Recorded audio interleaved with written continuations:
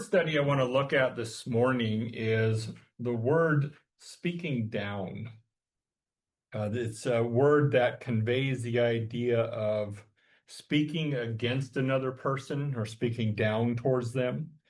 It's actually derived from a word that focuses on the act of speaking, but not directly the content being spoken. So it's just general words is kind of what it's focusing on. So it's any type of word that you're using where you're putting a person down. So they take this word that's in general, just generally speaking, they add a preposition to it, and then that brings it to a concept of contrary or against. Thus, it implies speaking in a slanderous or defamatory type of manner. And we all tend to understand the concept of speaking down to somebody. You know, that's what it's talking about here. In 1 Peter chapter 2 and verse 12, Peter is encouraging the grace believers who were scattered among the Gentiles to abstain from fleshly strong desires that war against our soul. Now, I do translate that as strong desires rather than lust, because remember, your word lust actually means a strong desire. Sometimes we tend to take the word lust and apply it only to really bad things, but it's any strong desire that is contrary to who you are in Christ. That's what it can actually be. So, and of course, it's wars against our soul. And remember, our soul is the center of our emotions. So it's going to impact our emotions. It wants to make us feel good. And these are the type of desires.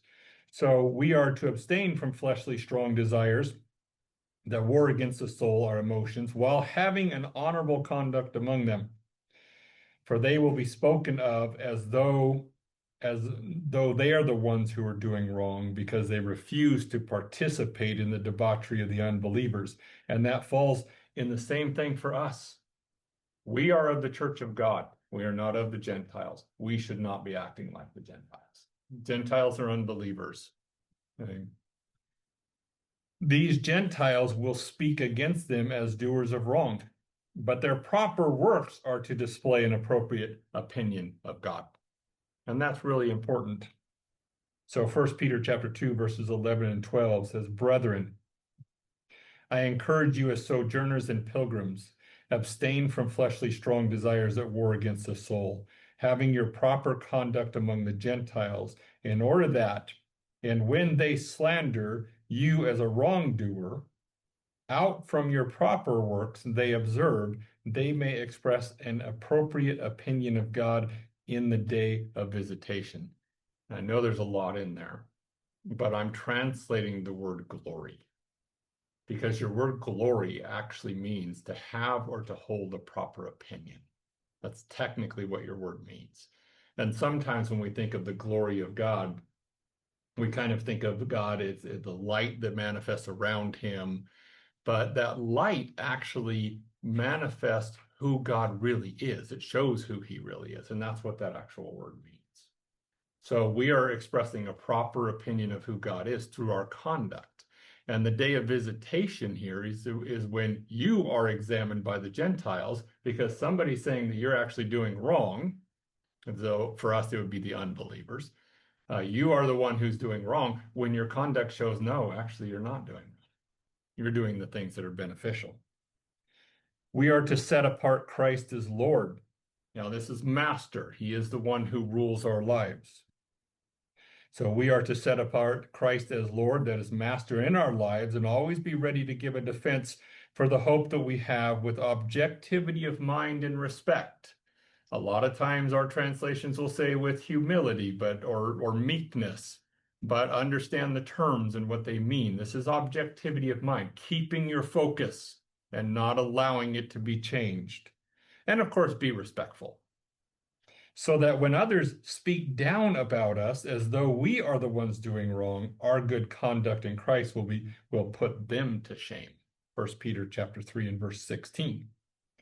But set apart Christ as Lord in your hearts, and always be ready towards a defense to all the ones asking you a word concerning your hope, with objectivity of mind and respect, having a good conscience, in order that in that which they slander you as a wrongdoer, the ones maligning you may be put to shame by your good conduct.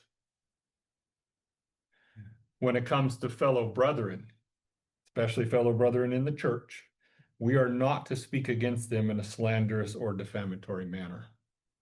For in doing so, we set ourselves up as a judge of their motives, and we are not to judge motives. Thus, one who speaks down towards other saints sets himself up as a judge of the law and is not a doer of the law. We see that over in James chapter 4 and verse 11. Now, he's not talking about the Mosaic law. He's talking about the standard by which we as Christians live. Okay? We are to love one another. He's focusing on this conduct. So over in James chapter 4 and verse 11, it says, stop speaking down of one another, brethren. The one speaking defamatory words concerning brethren and judges his brother speaks down concerning the law and judges law. But if you judge law, you are not a doer of law, but you are a judge. And this, of course, is somebody who's going to say, again, they're going to judge motives. We are to judge actions, but not motives. Okay, that is a very important distinction there. We are to lay aside all slander along with wrong, deceit, hypocrisy, and envy, as we desire the pure milk of the word so that we may actually grow. You see that over in 1 Peter chapter 2, verses 1 and 2. Let none among us be contentious, jealous, burning within anger or burning inner anger, talebearers, conceited or disorderly. For all these things relate to the flesh and come from a carnal Christian who do not walk in the light. 2 Corinthians chapter 12, verses 20 through 21 describes that. And of course, 1 Peter chapter 2, verses 1 and 2 says, therefore lay aside all wrong, and all deceit and hypocrisy and envy, and all speaking down. As newborn babes, you desire the unadulterated logical milk in order that by it you may grow.